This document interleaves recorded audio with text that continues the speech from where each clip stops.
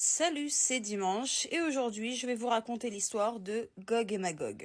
Il faut savoir que cette histoire a traversé les siècles et les millénaires et qu'il y a énormément d'interprétations concernant Gog et Magog. Il y a très longtemps dans les récits sacrés du Moyen-Orient, on parlait de peuples vivants aux frontières du monde connu. Ce seraient des peuples immenses, violents et incontrôlables et leur nom était Gog et Magog. Selon les traditions, ils sont pas seulement que des hommes ordinaires.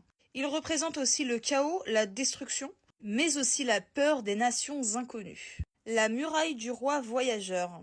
Dans le Coran, un grand roi appelé Dul-Qarnayn, j'espère que je prononce bien, voyage jusqu'aux extrémités de la terre. Un jour, il arrive entre deux montagnes où vivent des peuples terrorisés et ils lui disent « Yajouj et Majouj sèment la corruption sur terre ». Donc pour ceux qui comprennent pas, Yajouj et Majouj, c'est Gog et Magog, mais en arabe. Et donc il demande au roi de construire une protection.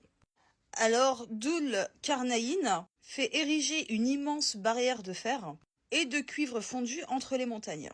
Ça devient alors une muraille gigantesque, infranchissable, qui est destinée à enfermer Gog et Magog, derrière elle jusqu'au temps fixé par Dieu. Les récits mentionnent que Gog et Magog essayent sans cesse de creuser cette fameuse barrière pour sortir. Mais à chaque fois qu'ils approchent du succès, la muraille redevient intacte. Et selon le Coran, ce sera comme ça jusqu'à la fin des temps. Et après ça, la barrière cédera, et Gog et Magog déferleront sur le monde comme une marée impossible à arrêter. Chez les catholiques, dans le livre d'Ézéchiel, Gog serait un chef de guerre venant du pays Magog. Il rassemblerait des immenses armées pour attaquer le peuple de Dieu. Mais au moment du combat final, Dieu intervient. Donc là, il se passerait des tremblements de terre, du feu et du chaos dans les armées ennemies.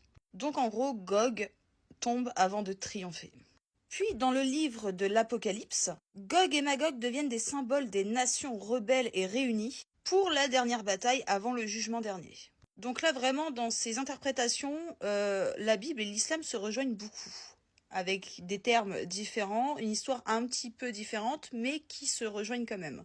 Pourquoi cette histoire a marqué les peuples ? Pendant des siècles, les gens ont essayé de savoir où se trouvait cette fameuse muraille, qui était réellement Gog et Magog, mais aussi si ces peuples existaient réellement. Quand les Mongols ont envahi l'Asie et l'Europe, c'était au XIIIe siècle. Ouais, XIIIe siècle. Certains ont cru à ce moment-là que Gog et Magog étaient enfin sortis. Sur les cartes médiévales, on dessinait parfois leurs terres au bord du monde connu.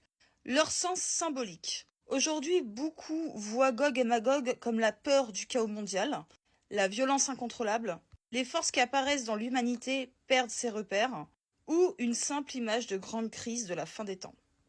Pour la seconde partie de cette histoire du dimanche, je vous mentionnerai d'autres interprétations, notamment sur l'ésotérisme et l'occulte, mais aussi une interprétation en alchimie spirituelle, et d'autres interprétations, excusez-moi, comme politique, géographique, et même leur dimension psychologique. Passez un bon dimanche.